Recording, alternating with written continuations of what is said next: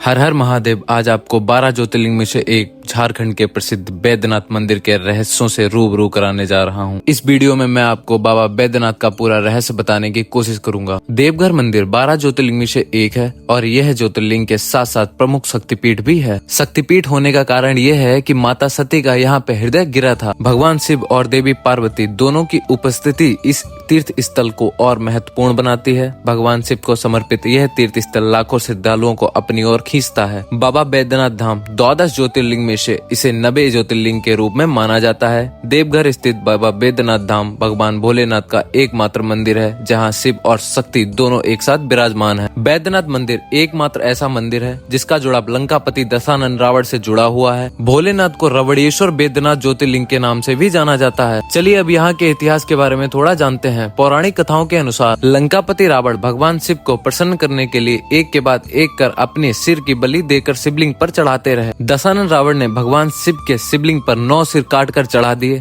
जैसे ही दशानन रावण अपने 10वें सिर की बलि देने वाला था वैसे ही भगवान भोलेनाथ प्रकट हो गए। भगवान ने प्रसन्न होकर दशानन से वरदान मांगने को बोला। इसके बाद दशानन ने भगवान शिव से वरदान के रूप में लंका चलने को कहा। भगवान भोलेनाथ ने रावण को वरदान दिया और एक शिवलिंग प्रकट करके रावण के हाथ में दे दिया। भगवान भोलेनाथ ने एक शर्त रखी कि जिस भी स्थान पर यह शिवलिंग रख दोगे वहाँ पर मैं स्थापित हो जाऊंगा। रावण भगवान शिव के आदेश अनुसार लंका की तरफ आकाश मार्ग से चल देता है। रावण को रोकने के लिए सभी देवी देवताओं ने माँ गंगा को रावण के शरीर में प्रवेश करने की विनती की। माँ गंगा ने ऐसा ही किया। माँ गंगा रावण के शरीर में प्रवेश कर जाती हैं, जिस कारण रावण को रास्ते में जोर से लघुशंका लग जाती है। लघुशंका के कारण रावण धरती पर उतर जाता है। इसी बीच भगवान विष्णु चरवाहे का रूप लेकर धरती पर पहले से ही उपस्थित थे। रावण ने चरवाहे के रूप में खड़े भगवान विष्णु के हाथों में शिवलिंग देकर कहा। माँ गंगा के शरीर में प्रवेश होने के कारण लंबे समय तक रावण लघु शंका करता रहा। इसी बीच चरवाहे के रूप में मौजूद बच्चा शिवलिंग का भार नहीं सहन कर पाया